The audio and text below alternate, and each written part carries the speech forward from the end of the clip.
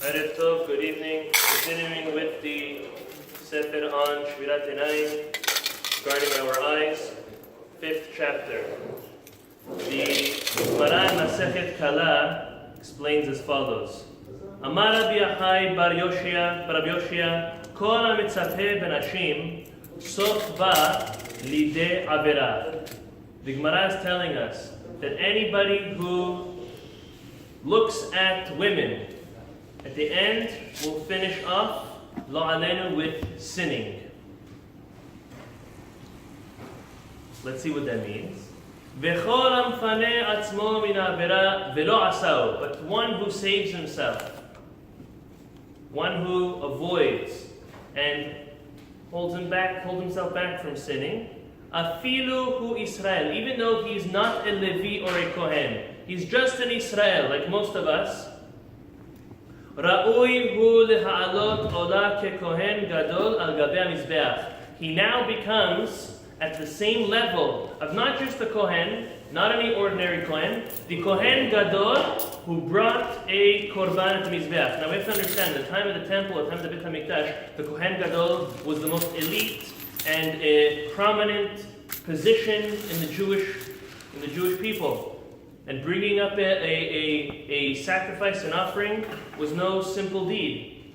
Every single Yehudi, when they are at that, the Gemara is telling us, when they are at that crossroad, look or don't look, by holding yourself back, you get to that level. We're soon going to see what that level means. So very nice. Kohen Gadol. What does that mean? Kohen Gadol bringing a korban. What does that mean? We'll soon see in a moment. Shene'emar, Vayishlach et na'arei b'nei Yisrael ve'aru orot.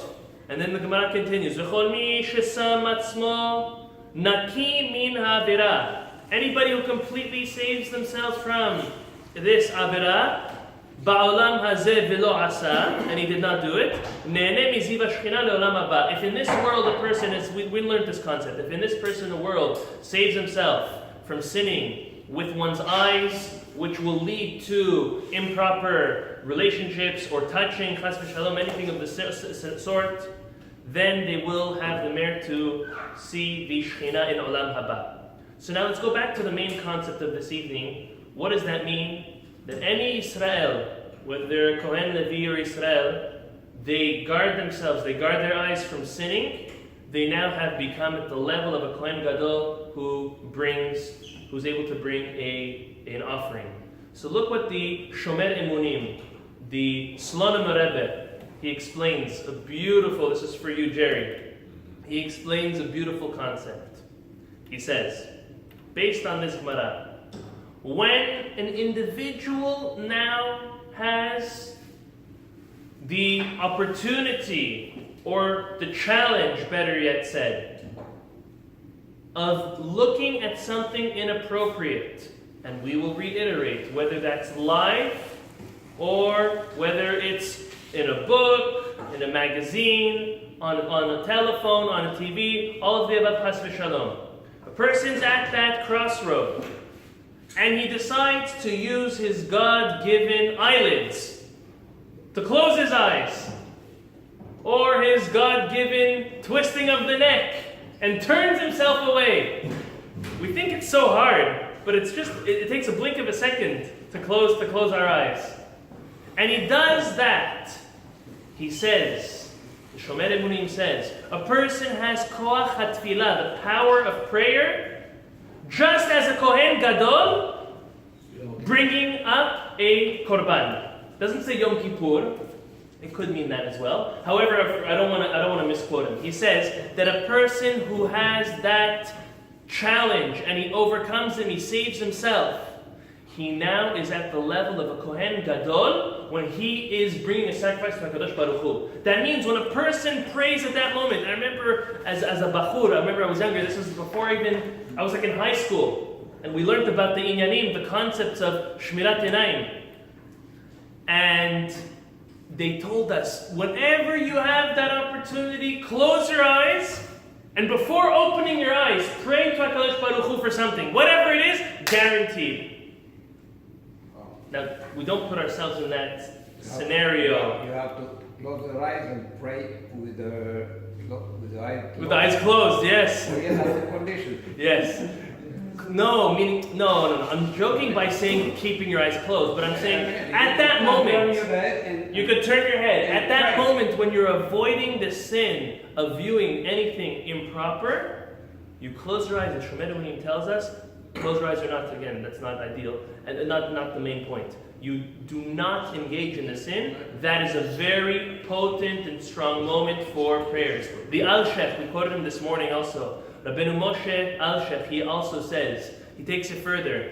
He says that we see and we know from the Psukim, he brings a pasuk that says as follows, Ashrei ish yireh Hashem, Ashrei ish yireh et Hashem b'mitzvotav hafetz me'od. So he says over here, and he explains that a Kadosh Baruch Hu has to fulfill the will of a tzaddik. And at that moment, when a person overcomes the temptation, they look away or close their eye, they are now labeled a tzaddik for that moment, for that issue. And their power of tefillah not only has to be answered, but HaKadosh Baruch Hu wants to answer and fulfill the will of that individual. One last thing to mention, and this is from the Sefer Reshit Chochmah. We kind of mentioned it yesterday, just quoting it for today's chapter. He says that a person gains a lot by overcoming the temptation of curiosity. As human beings, we have the tendency to be curious. Rabbi Pincus Zatzal, he said, and he used to teach his students and teach his family, to, as much as possible, try to be as private and as non-curious as possible. What does that mean to be non-curious? That means you're walking by someone's house, and their door, their shades, or their window, something's open. Overcome the temptation of looking in. Well, what are you going to gain? What's the best you could see? Lo alenu. Is it worth it? What could you possibly see? Someone not dressed properly? Do you want to see that? Someone screaming at someone? Someone hitting someone? Someone flashing money? What could you possibly see that's worth it? This comes from the Reshit Chochmah. This comes from Rabbi Pincus as well. Overcome the temptation of curiosity. I'll give you another example. It might not be the concept of Shemirat Enayim, but it's an amazing example. You see this by real Gedolei Hador, real Torah giants and leaders of the generation. That when something happens, and it's our basic human instinct to turn and look, not to. For example, we're all facing this way. We've all viewed it. Anyone who's paid attention or who's had any interaction with a real Gadol Hador, we're all facing this way, and lo alenu something collapses in the back, or a book falls, or someone trips. Everyone right away looks around. It's very embarrassing for the person, for everyone's eyes to be on them. Yeah, but if you can help. Just mind, in a way, mind your own business. If there's enough people in the room, let's say you're standing here, and something tragic happens at the back. Moises, the hero, is not going to be the one to save the day. There's someone else that's going to help. There's someone closer. Maybe, but try again. We're trying to now rationalize our basic instinct. The instinct is more chances than not, either the person's not hurt or the person has someone else that's able to aid them. And what it is it's our curiosity. If we really dig deep into our instincts, it's really the curiosity of the need to know what happened. And what does that turn into? It turns into, number one, embarrassing the individual, as well as it's feeding that midah, that trait of curiosity that we have, to even one day and look at things which are inappropriate. I definitely understand. I'm not disqualifying the need to help someone in need, to be there for someone when they need our help.